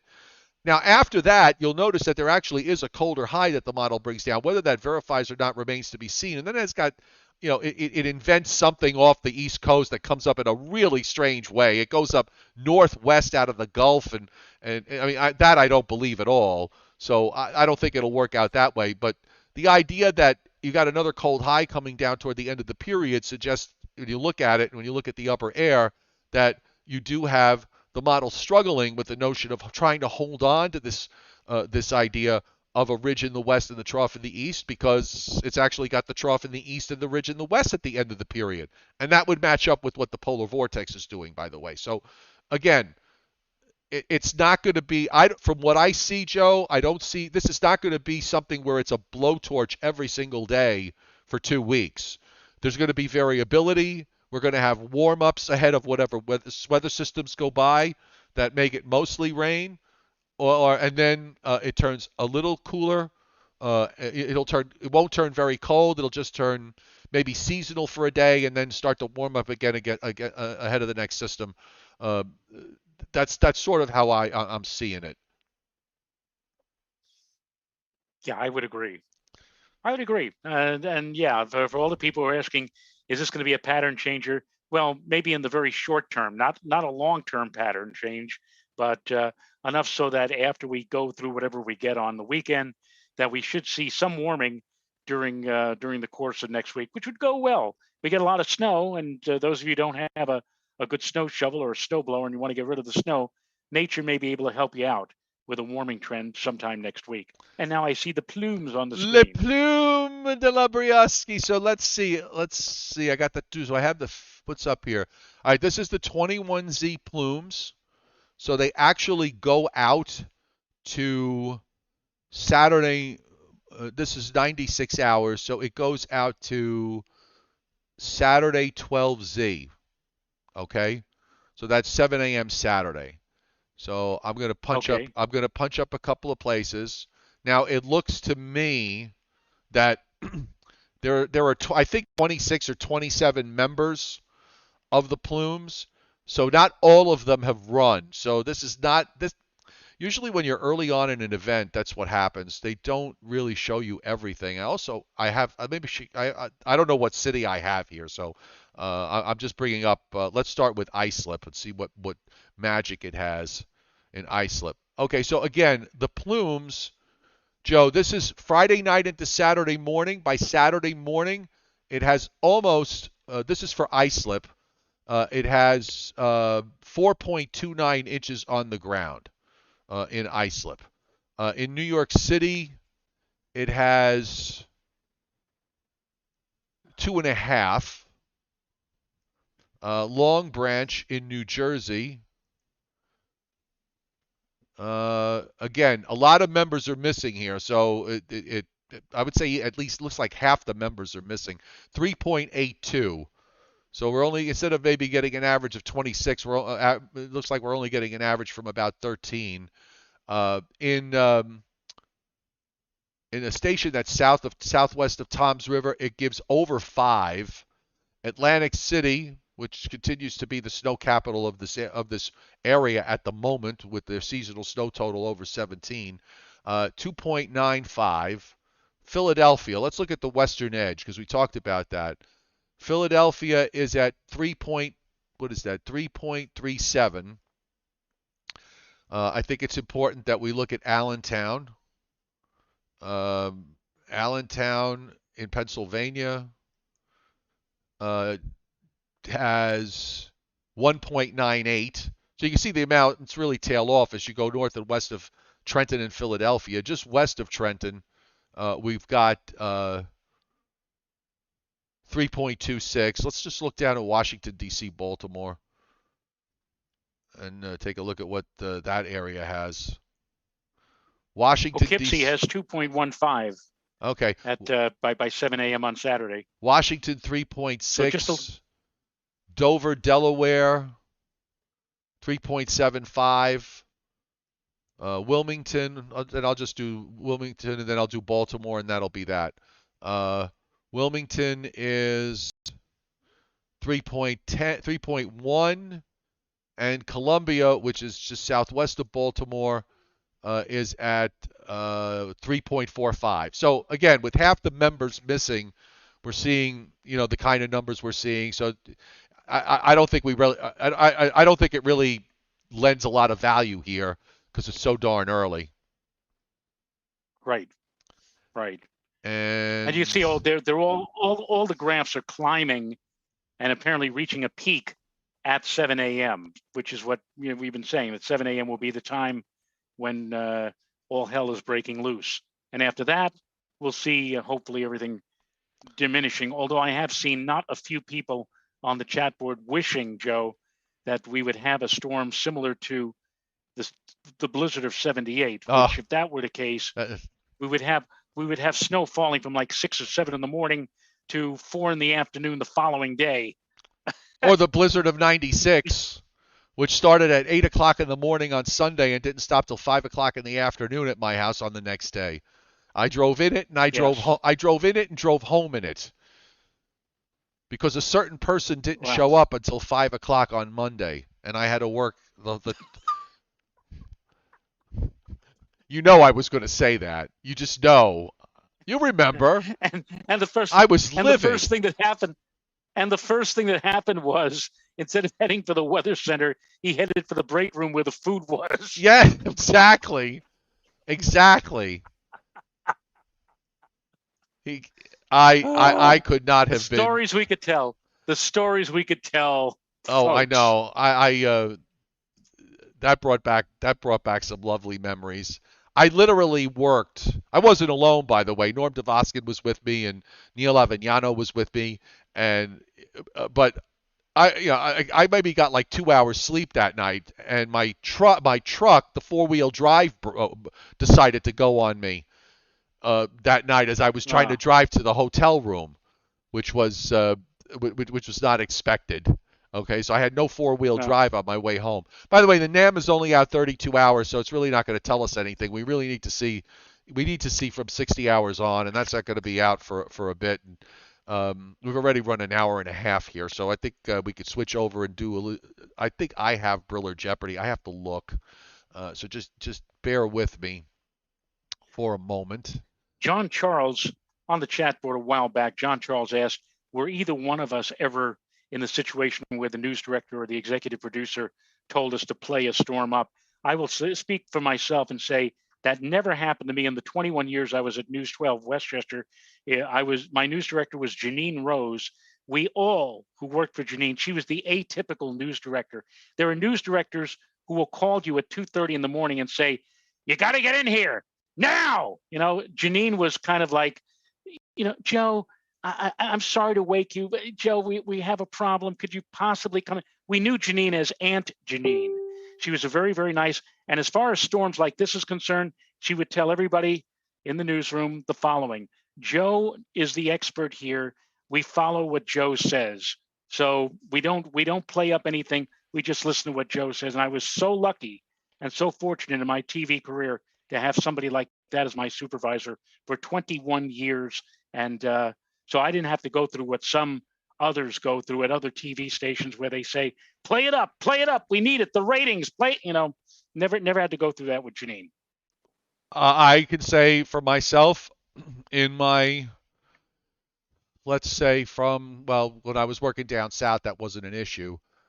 From 1986 right up until the end, it's never happened to me. No one's ever told me you have to do, play this up. You have to play this up. No, never happened. And I don't know if they knew better to ask me than asking me.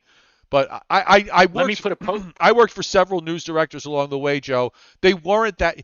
This was before the real change in TV news. I really think started to happen in a serious way in terms of how news is approached. And this sort of really, in my view, an incredibly simplistic way. The way they write teases, the way they write news stories, the kinds of stories that are written and read on the air, and stories that are done.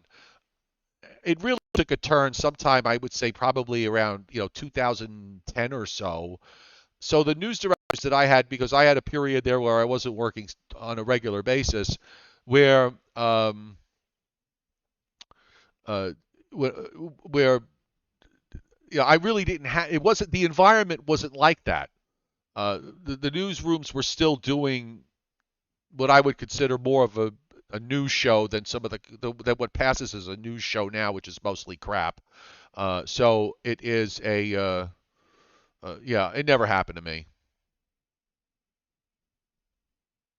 I will say with a postscript that whereas the news director, Janine, we got along famously or wonderfully.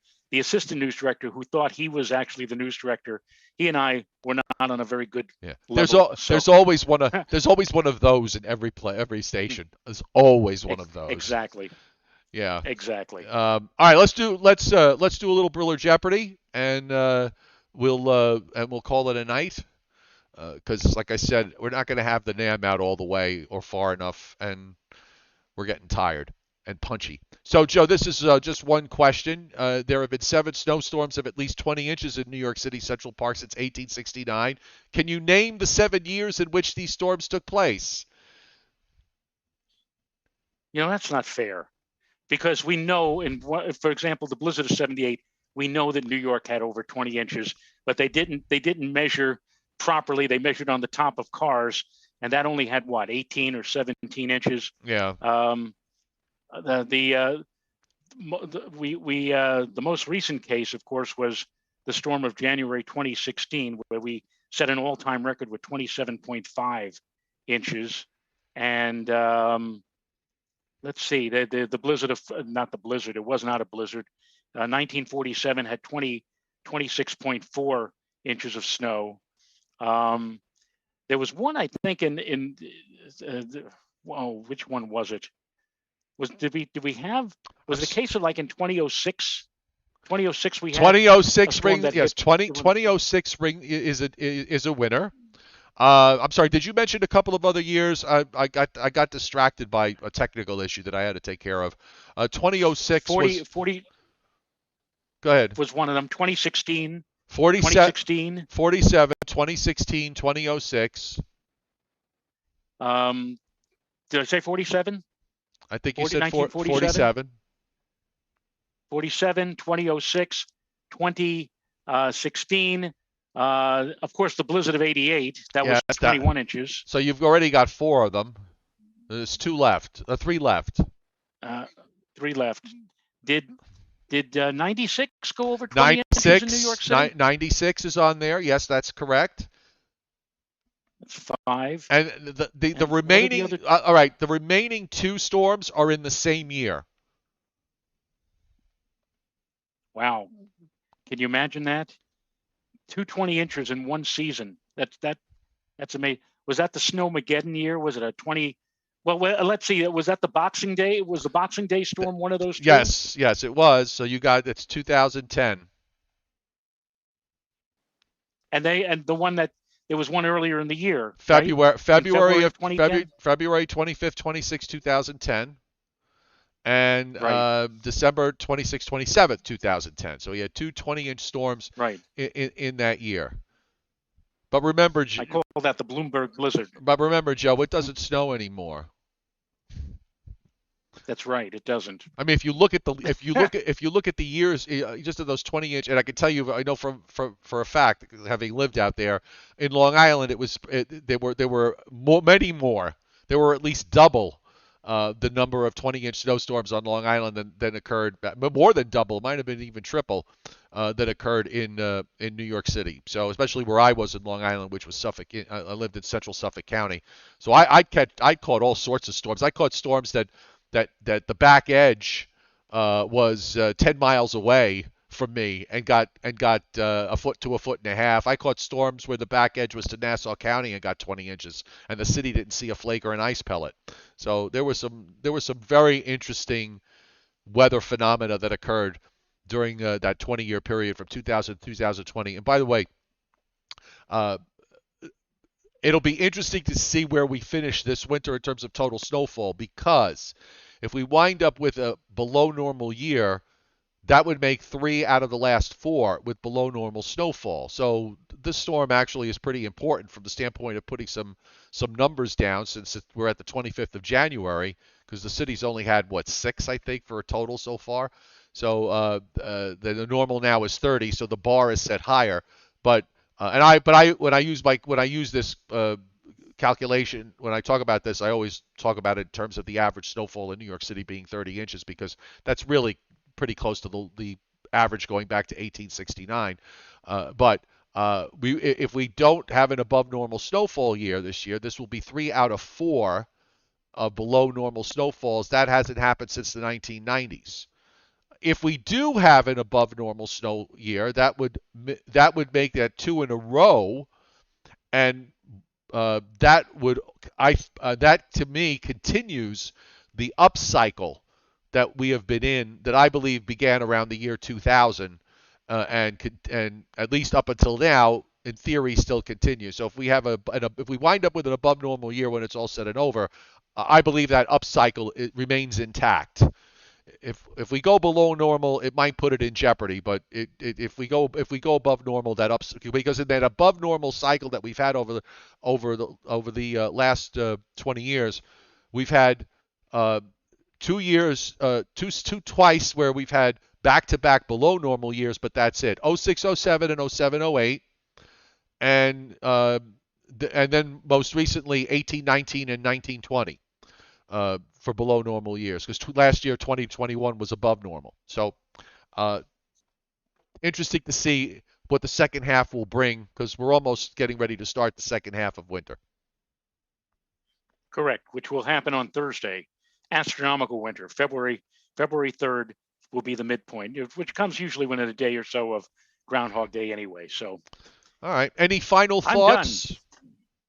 No, I'm done. You're I'm ready to call it an evening here. We're okay. putting in almost 2 hours.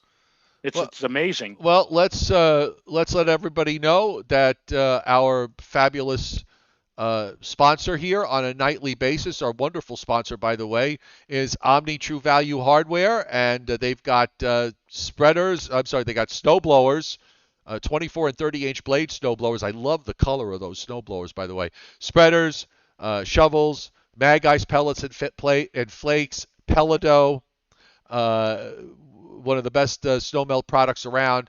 Omni's at 1226 North Wellwood Avenue in West Babylon, New York. Largest supplier of rock salt in the New York, New Jersey, Connecticut tri-state area. 631-756-1125. The website is OmniTrueValue.com. yes. Okay, I'll just leave everybody with this, with what's going on. So what are we going to be? What to look for tonight and tomorrow? Well, obviously the next 2 model cycles and the in-between cycle, but what we're going to look for is for the storm positions to continue to tighten up. I think I'm pretty sure that they're going to show strong storm systems moving up the East Coast. I don't think that they're going to back away from that and suddenly find something that's weak. So we're going to look for the tightening up. We're going to watch the position of the upper trough and how deep it is, whether it cuts off, goes negative, how in terms of the tilt, okay, how negative that tilt is, very much a determining factor. And I think we also need to watch, Joe, the fact that the European and the NAM are bringing snow in here by Friday evening, which means that we'll be starting sooner, probably ending sooner, but at the end of the day, we may wind up with the same amount of time that snow falls. And again, however this sets up, what we don't know, and it's extremely important, is that western edge, that northern and western edge, that very very sharp cutoff that's going to be there, where you're going to go from where you're going to go from very little snow or nothing to several inches to perhaps somebody winds up with 6 plus, or maybe the numbers will be higher in some places. I hesitate to throw out a bigger number at this stage of the game, because there's still a, as you said and as I said, there's still a lot of stuff that has to be worked out. So that's what you need to look for if you're model watching. If you wind up seeing a little shift to the right, you might see the next run take another shift back to the left. We're going to dance back and forth, back and forth. But again, the spacing between where one storm is versus the another storm should get tighter and tighter. They should also get tighter in terms of the timing. That's another thing to look for with this. The terms of the timing is it comes out fast, in faster, as we said, it'll be ending faster. So that's it. I'm done too. I'm wiped. Time for ice cream. Oh, I actually have some. I I'm actually heading have some. upstairs right I now. have some, and I have brownie brittle, so I can crumble up the brownie brittle inside my butter pecan ice cream. Now you put it in my head. I'm gonna have to have some. This is not good. All right. All right, everybody. Thank you for all the super chat hits. The 357 likes. The fact that we went up over at some point. I think the highest point we had in terms of viewers at one point was over 700. That's fantastic. Thank you for those of you who are new to the channel. You can subscribe to my YouTube channel by just using your Gmail account, and you'll get notifications, because Joe and I are on at least 5 times a week. And by the way, Mr. Rayo, I'm guessing we're going to be on Friday and Saturday. Yeah, in fact, somebody said, are we going to do coffee with Joe and Joe on Saturday? My only concern about that is that if we get a lot of snow, Mrs. Rayo will prefer to spend my mid-morning or midday outside with the snowblower. So maybe we'll just have something, the post-mortem on Saturday evening. Well, either that, Joe, or maybe you can get a papal dispensation from Mrs. Rayo, and we could do something Saturday morning before it piles up high enough for your snowblower. Or maybe you'll be on the Well, we'll see. Maybe you'll be on the northwestern edge, and you'll only wind up with a couple of inches. We don't know that yet. We'll see. All right, pal. We don't know, but we'll see. Everybody, hope you enjoyed it tonight. We certainly did, and we will see you tomorrow on the Joe and Joe Weather Show at 7:30 Eastern Time. Don't forget, meteorologist Bill Goodman from the National Weather Service in Upton will be here, and also meteorologist Bill Corbell, retired from News 12. And Thursday, we're going to have retired meteorologist Tony Gigi, formerly from National Weather Service in Mount Holly, New Jersey. So have a great night. We'll see you tomorrow. Bye, folks.